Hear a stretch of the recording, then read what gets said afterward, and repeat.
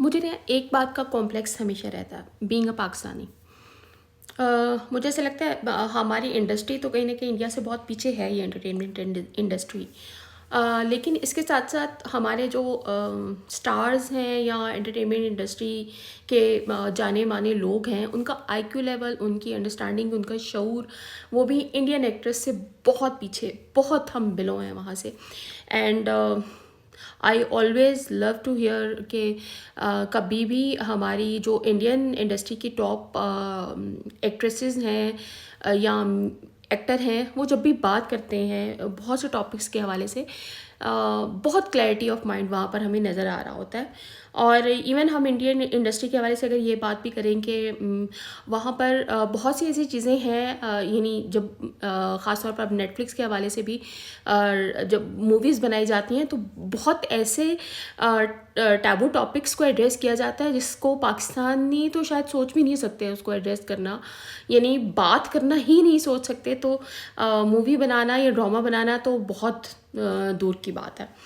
میں اس کو تھوڑا سا ریلیٹ کروں گی ندا یاسر کے حوالے سے. ندا یاسر کو ایئرز ہو گئے مارننگ شو کو ہوسٹ کرتے ہوئے. ہم نے ندا یاسر کے بہت سے بلنڈرز دیکھے، بہت سارے بلنڈرز دیکھے. آپ نے ایک اتنی لو آئی کیو لیول کی خاتون کو صبح مارننگ شو ہوسٹ بنایا ہوا اس کو، اور وہ ٹائم، وہ پرائم ٹائم یا صبح کا ٹائم، وہ بھی پرائم ٹائم ہی ہوتا ہے ایک طرح سے، جو خصوصاً جو گھریلو خواتین ہیں وہ دیکھ رہی ہوتی ہیں تب ٹی وی.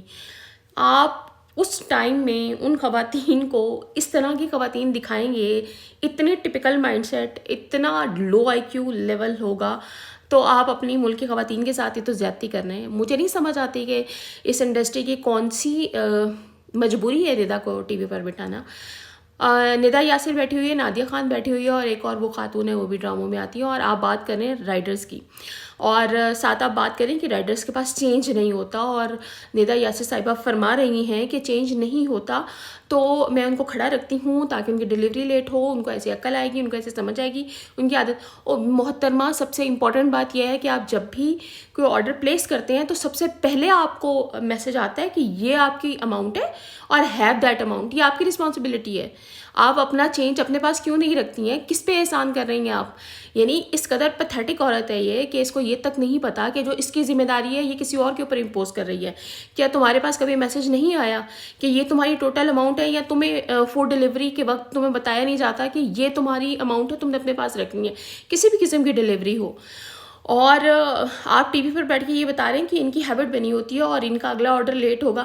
یار کس قدر، یہ کس ملک میں رہنے والی خاتون ہے؟ اس نے غربت نہیں دیکھی، اس نے محنت نہیں دیکھی، اس کو اس کی جہالت کی بنا پر جو ہے اتنے سالوں سے ٹی وی پر بٹھا کر آپ پیسے پہ پیسہ دے رہے ہیں. تو یہ اپنے آپ کو خدا سمجھنے لگ گئی نا، اپنے آپ کو دنیا کی کوئی بہت ہی عقل مند سمجھدار عورت سمجھنے لگ گئی ہے. مجھے افسوس ہوا اس کی سوچ پر، مجھے اور آج بھی میں ابھی بھی یہ سمجھتی ہوں کہ اس وقت بھی اس کو ٹی وی پر بٹھانا، اس کو مارننگ شو دینا، چینل والوں کی تو زیادتی ہے، یہ اس عورت کی ہر خاتون کے ساتھ زیادتی ہے.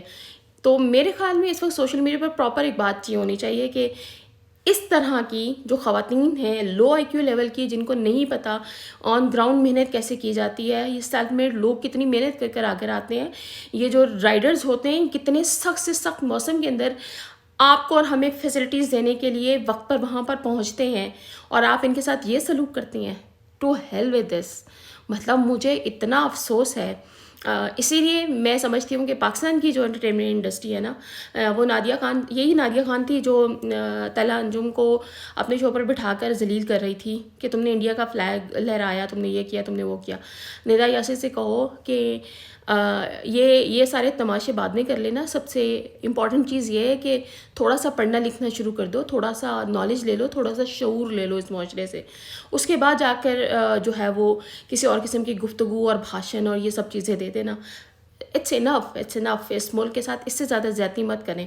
ان جیسی خواتین کو سکرین دے کر، مائک دے کر، جو شوز دے کر آپ کہاں اس قوم کے ساتھ، ملک کے ساتھ، نوجوانوں کے ساتھ، خواتین کے ساتھ، اور یہ جو سیلف میڈ لوگ ہیں ان کے ساتھ کتنی زیادتی کرتے رہیں گے اور کب تک کرتے رہیں گے؟